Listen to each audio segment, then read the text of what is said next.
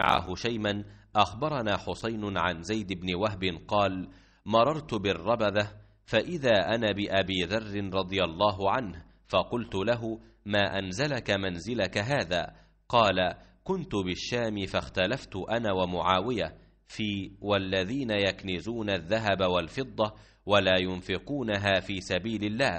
قال معاوية: نزلت في أهل الكتاب. فقلت: نزلت فينا وفيهم.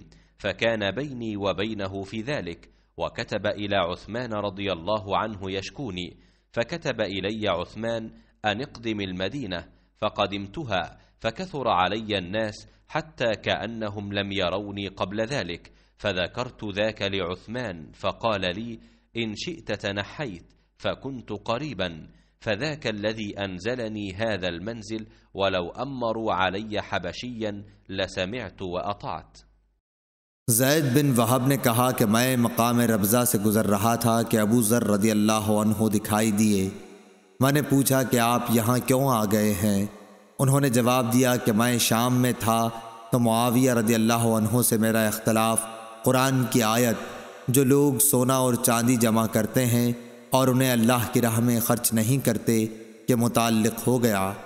معاویہ کا کہنا یہ تھا کہ یہ آیت اہل کتاب کے بارے میں نازل ہوئی ہے، اور میں کہتا تھا کہ اہل کتاب کے ساتھ ہمارے متعلق بھی یہ نازل ہوئی ہے۔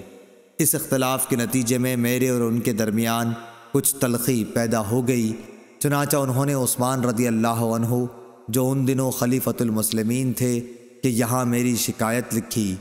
عثمان رضی اللہ عنہ نے مجھے لکھا کہ میں مدینے چلا آؤں، چنانچہ میں چلا آیا۔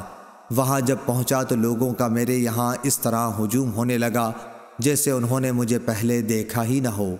پھر جب میں لوگوں کے اس طرح اپنی طرف آنے کے متعلق عثمان رضی اللہ عنہ سے کہا تو انہوں نے فرمایا کہ اگر مناسب سمجھو تو یہاں کا قیام چھوڑ کر مدینے سے قریب ہی کہیں اور جگہ الگ قیام اختیار کر لو۔ یہی بات ہے جو مجھے یہاں ربضہ تک لے آئی ہے۔